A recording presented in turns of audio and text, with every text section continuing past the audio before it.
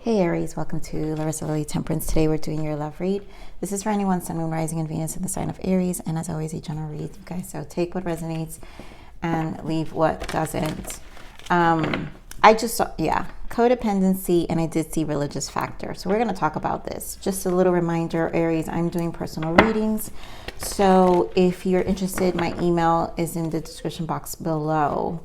So let's get into this, Aries. One thing I heard during meditation is patience.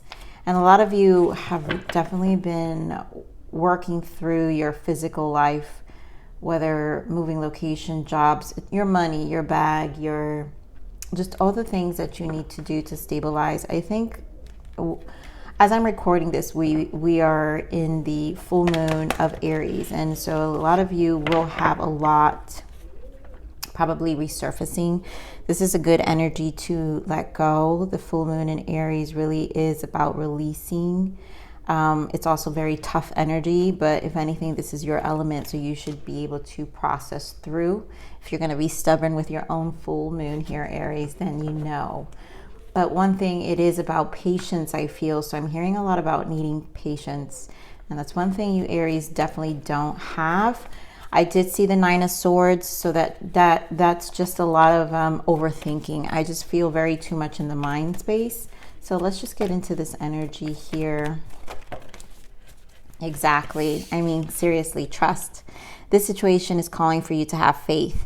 There's a lot, it's just a lot in the head. I just feel this energy of trusting the process, being patient, not trying to control everything. You know, you guys are the Emperor in the deck, and you know, Emperor in the shadow can get very rigid, very fixed, you know, in its ways sometimes. So let's see what else we've got.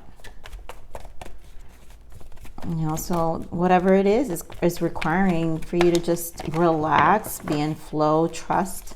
Also roll with what's being, I'm going to keep all of these. So here we go. Romantic feelings. A lot of you probably are dating or in a connection, feeling, you know, trying to figure out your feelings. I would say don't overthink these things. Sorry, you guys, I'm just all tied up here. Fix this situation I've got going on. Okay.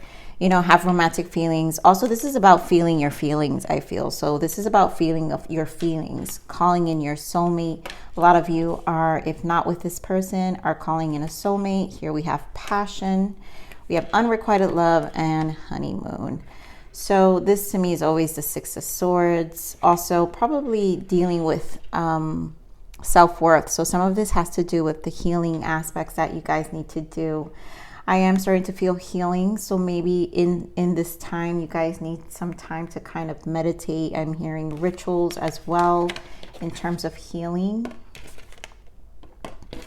But most importantly, I really feel trust is pretty much, to me, the overall energy here of what you need to do for yourself, Aries.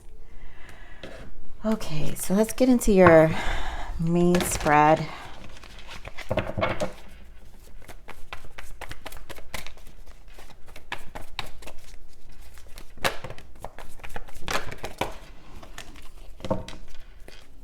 So harmony, that's a lot of this. I always say Six of Swords with this, but it's usually the 6 number, which signifies growth, harmony, harmonization, soul growth, perseverance as well. And so here, this is the 6 of Wands, victory and success. You know, this is just a momentum. I feel there's an energy of momentum here. You guys have the sun.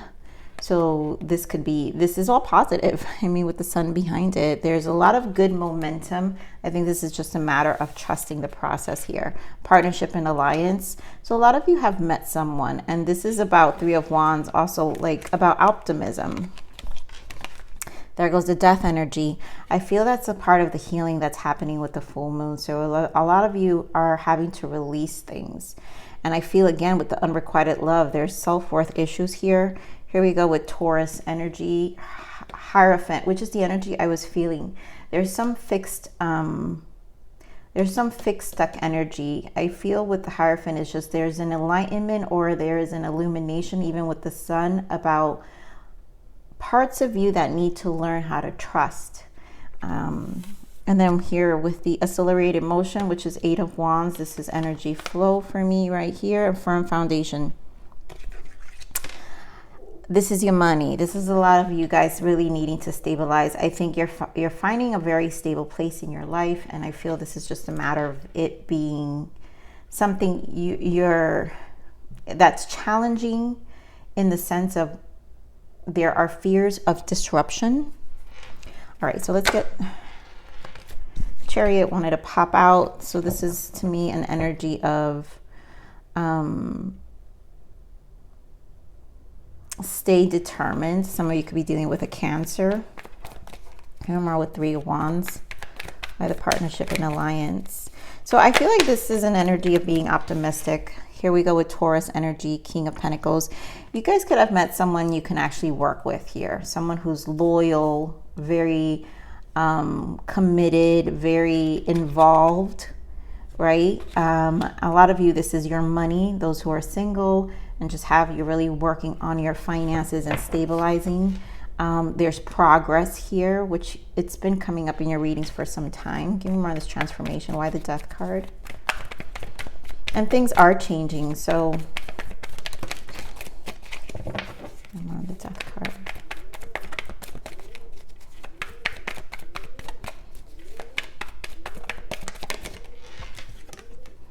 Yeah, healing. Oh, beautiful. This is so good. This is so good.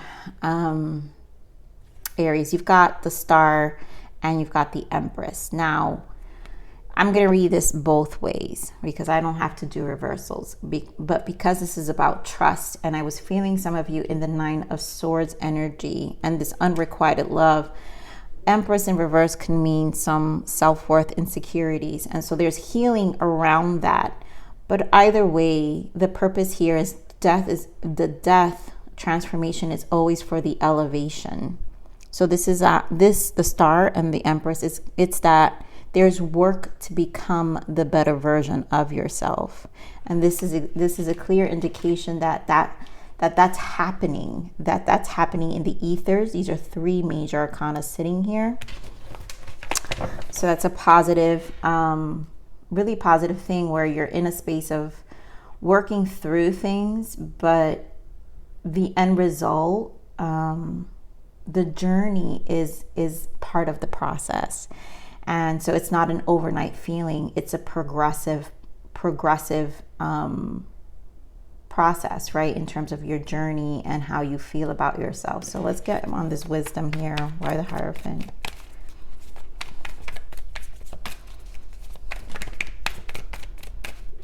Some of you could be dealing with an Aquarius or a Libra or Scorpio too. Taurus energy here.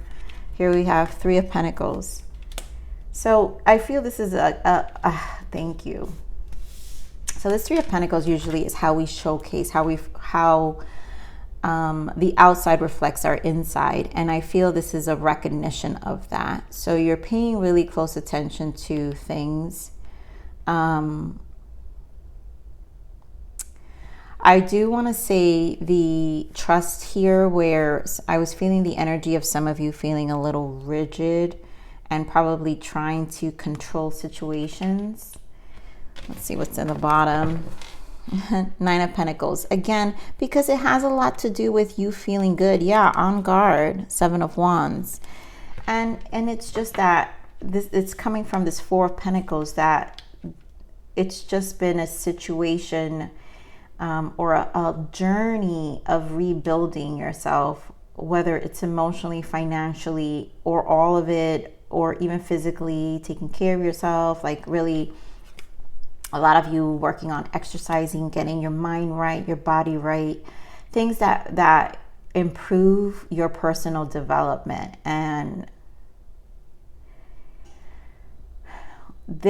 I think some of you, I feel like, be open to things here, because some of you, it might take you out of your comfort zone in terms of your routines as well. So it's bringing about change, accelerating motion, maybe a little faster than what you are ready to to handle as well. And so then I think there's an energy of vulnerability that may resurface for some of you, and feeling a little vulnerable in this space. So give me more of this Eight of Wands. Yeah, Eight of Swords, and you know, this is self-inflicted, you guys. You know what this Eight of Swords is. You know, it's kind of like, I feel like things are either moving fast or, so this is where the patience comes in and the trust, right? This situation is calling for you to have faith. You gotta let it flow. You gotta let it flow, Aries. Give me more on this Eight of Swords. I want to get a clarifier. Yeah, you gotta let it flow. Magician energy. Trust that you've learned the lessons. You know what's interesting here? I'm going to show you right now. This is when we just kind of take a step back. Both bottom of the decks, you've got Four of Swords. And this is where we find balance. Again, firm foundation. So I think a lot of you got very used to spending time alone. Yeah, Hermit in the bottom. So a lot of you got really used to spending time alone and are probably battling also with sharing your space, sharing your time. This means, like, if you have found a person, this means that now you gotta give of your time, you know. And it's funny because it's one of those things where you're wanting a relationship, you are ready for, you know, you're desiring and you're manifesting a connection, right? You're calling in a connection, but then when it finally comes, and I feel this energy here where Eight of Wands could be the energy flow, your manifestation.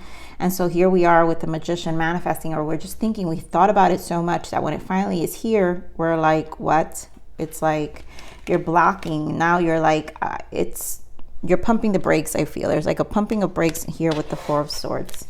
So let's see this firm foundation. And I feel this is where the vulnerability comes in because of an energy of feeling stable. Okay, we're on this firm foundation. Yeah. Yep. Seven of Cups, Seven of Swords, and the Nine of Cups. So this is an energy of needing stability, and it's kind of taking you in an emotional whirlwind, I feel, with the Seven of Cups. I think some of you, again, the desire, wishful, hopeful, wanting, and this is faded, so things are changing here. This is actually for things to change. Ten of Wands in the bottom, where you're going to have to let go some of this stuck energy and embrace the newness. I think there are fears here as well. So I feel it with the Seven of Swords, where now you're kind of running.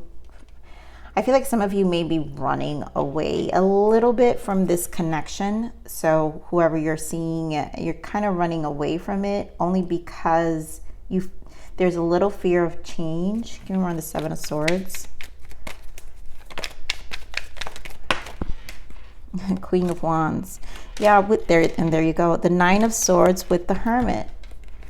I feel it took a lot for you guys, and this is just you. This is just saying you, Aries. Some of you could be dealing with a fire sign. Aries, Leo, Sag. But this could be, I really just truly feel you've been working on yourself. You in your own element have been working on yourself, and change is kind of disrupting. Nines are solitude. Also 999 indicates a new cycle, which we're seeing here with the Wheel of Fortune. So you have Nine of Swords, Hermit, which is a 9, and the Nine of Cups.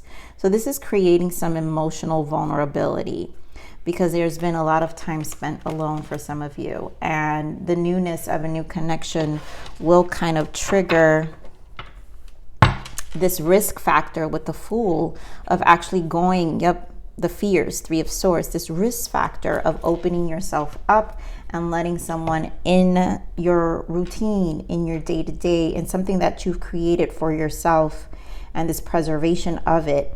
So I feel a lot of you have to work on still, there's some self-worth issues that need to be worked through. You know, I've kept these cards out for myself just in case I need it for the readings, but I think I'm going to need it for you here, Aries. So let's see what your soul's journey is transitioning, because clearly this is bigger. I always think things are deep, and this death energy has to do with our our deepness, you know, what we're transitioning out of.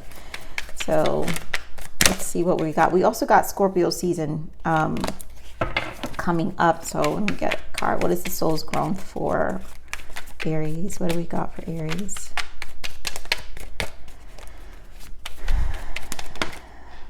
Yeah, self-development. Recognize needs you may be neglecting and nurture the parts of you yearning for growth. Never stop working on yourself. I feel this has been your journey, and you know you worked very hard to be where you are. Some of you are still dealing. So the preservation of working through these things is creating vulnerability. Maybe it re-triggers some trauma and some wounds. So deep familiar and past life wounds are causing an impact in this life. Identify repetitive patterns to allow healing and releasing. And sometimes when we embark in relationships, the truth is, especially if we've been alone for a long time, the truth is when we meet someone, that's when the true test of the healing happens.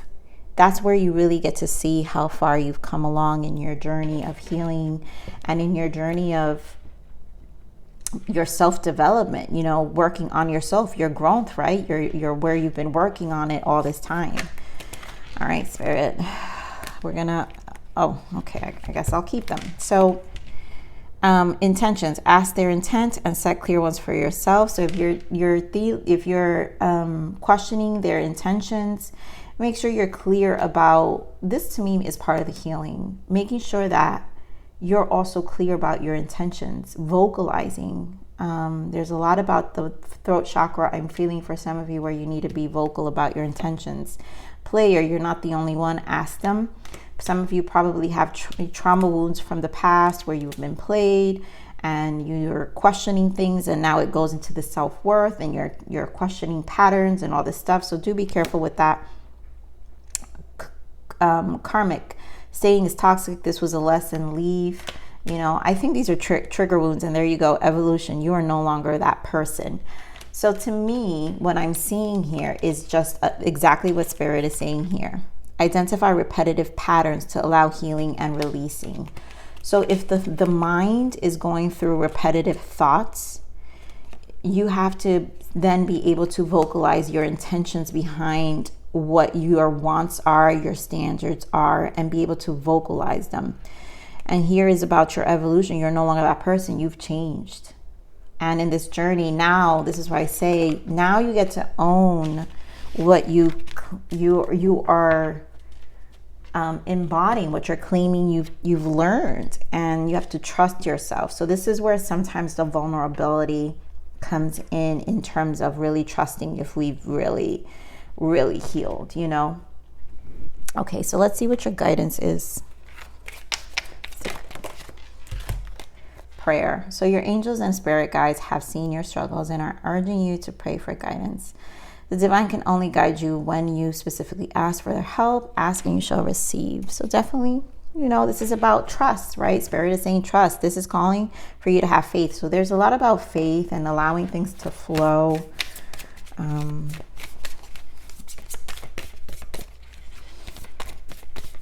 Let's see, what other guidance for Aries? I knew this I felt this card from the beginning. Loss. You are allowed to mourn your losses and travel through the process of grief.